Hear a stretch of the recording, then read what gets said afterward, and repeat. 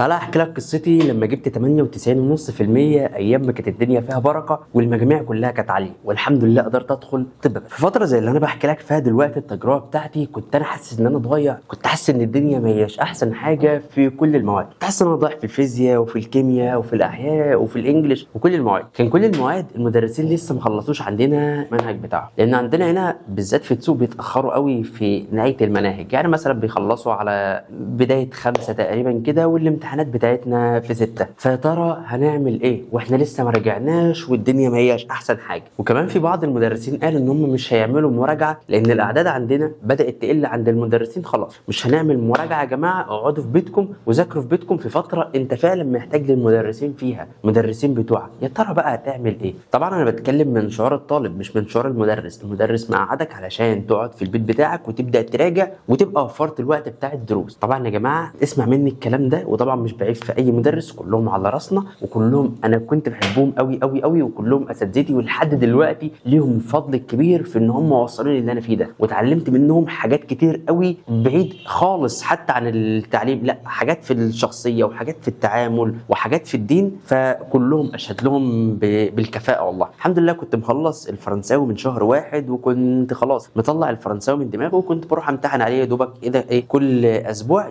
او امتحانين عند المدرس اللي انا كنت باخد عنه. في الفيزياء فتره زي اللي انا كنت فيها دلوقتي كان ضايع مني الحديثه نهائي. لما نيجي نتكلم برضو على الكيمياء، احنا الحمد لله كنت بادئ في العضويه وكنا مخلصين العضويه ومفنش العضويه، والاول والثاني مفنشهم. كان الرابع بالنسبه لي كان ضايع هو كمان، وكان الثالث الى حد ما نص نص.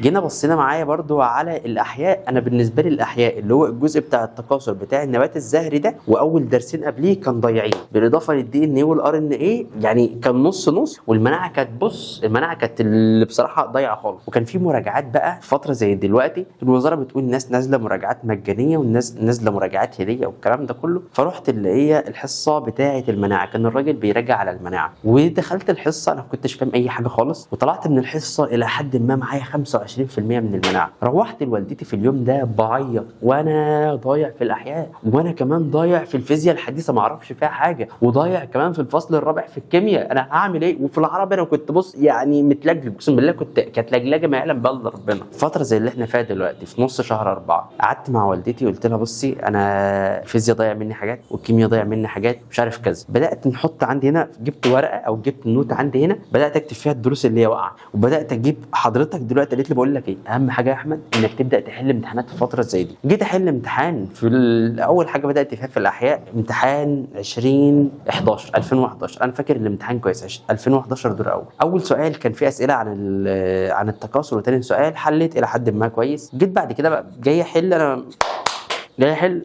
ما اعرفش اي حاجه، رحت قافل ورحت معيط وقلت خلاص انا مش هحل امتحانات شامله وخلاص. والدتي قعدت تقول لي بص يا حبيب قلبي انت لازم تبدا تحل امتحانات شامله حتى لو هتبدا تغش الامتحانات الشامله دي. وبدات بالفعل احل امتحانات شامله، بالاضافه يعني كل يوم احل مثلا ايه، مقسم دنيتي دايما كل يوم اخد مادتين او 3 مواد.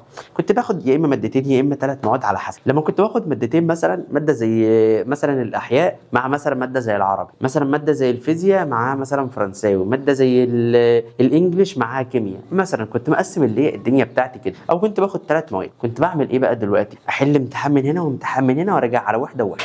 كنت بعمل كده يوميا باذن الله. او لو الدنيا ضايعه معايا خالص في الماده دي، مثلا في الفيزياء الحديثه، انا اتفرجت في الفيزياء الحديثه دي، قعدت رحت المدرس والثاني والثالث عندنا هنا لحد ما استقريت عند واحد كان ما شاء الله عليه، وهو اشهر مدرس عندنا فيزياء دلوقتي اصلا اوريدي في السوق ما شاء الله، يعني كان لسه بادئ وقتها. والحمد لله قعدت اتفرج على واحد والثاني والثالث والرابع على اليوتيوب، وكان الصوت وحش ومش عارف الكلام ده كله والصوره وحشه، وكنت بتفرج وبنغصب نفسنا علشان نبدا نلم لحد ما الدنيا الحمد لله عدى اللي هو اسبوع وعدى الثاني، والحمد لله الدنيا بتتحسن. ودخلنا في اول اسبوع في 5 والدنيا لسه، وثاني اسبوع في 5 الدنيا الحمد لله بدات تتحسن وبدات ايدي تمشي في الامتحانات الشامله. ولكن لسه ماده الجيولوجيا لسه على الله ان شاء الله. كنا بنروح مراجعات الجيولوجيا، ولحد دلوقتي انا بمتحن جيولوجيا وبجيب 45 من 60 واحنا في نص شهر 5. دخلت امتحان العربي، انا فاكر ان انا داخل امتحان العربي وانا كنت كنت لسه برضو الى حد ما في الجيولوجيا بجيب 50 من 60. انت عارف ان انا لدرجه ان انا الموضوع وصل بيا ان انا مثلا قبل الفيزياء 7 ايام نقعد نذاكرهم فيزياء، لا انا اخدت منهم 3 ايام مراجعه لماده الجيولوجيا. انت متخيل اللي عايز يعمل حاجه بيعملها. بعد كده الكيمياء قدامها 5 ايام، اخدت 3 ايام كيمياء ويومين عندنا للجيولوجيا، وانا كنت ظبطت المواد الثانيه وكان ضايع مني الجيولوجيا، والحمد لله دخلت في الجيولوجيا جبت في الاخر 60 من 60. يعني انت متخيل الماده ضايع منها قبل العربي لماده ان انت مقفلها في الاخر جايب فيها 60 من 60. فالخلاصه يا حبيب قلبي ان الفتره بتاعتك دي هي مجرد انك تبدا تنظم فيها وقت. لو انت نظمت وقتك في فتره زي الفتره اللي احنا عايشين فيها دلوقتي والله هتعلم. لو انت سالت اي حد من اوائل الجمهوريه خلال السنين اللي فاتت لحد دلوقتي، انت حبيب قلبي في فتره زي اللي احنا موجودين فيها دلوقتي هل كنت حاسس انك ممكن تطلع من اوائل الجمهوريه؟ هيقول لك والله ابدا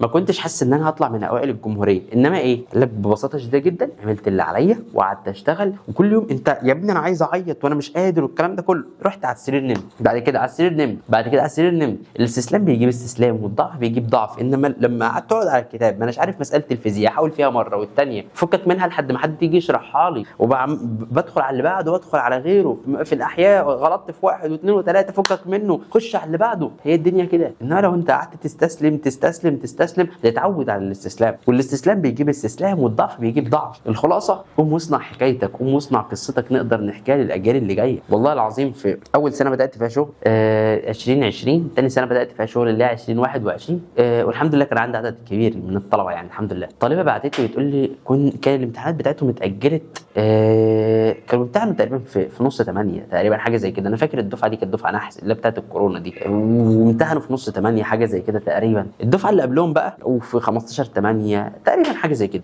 الدفعه ديت طالبه كانت بعتلي في نص شهر 7 والله العظيم يا دكتور انا ضايعه، يا دكتور انا مش عارف كذا، يا دكتور انا مش عارف كذا.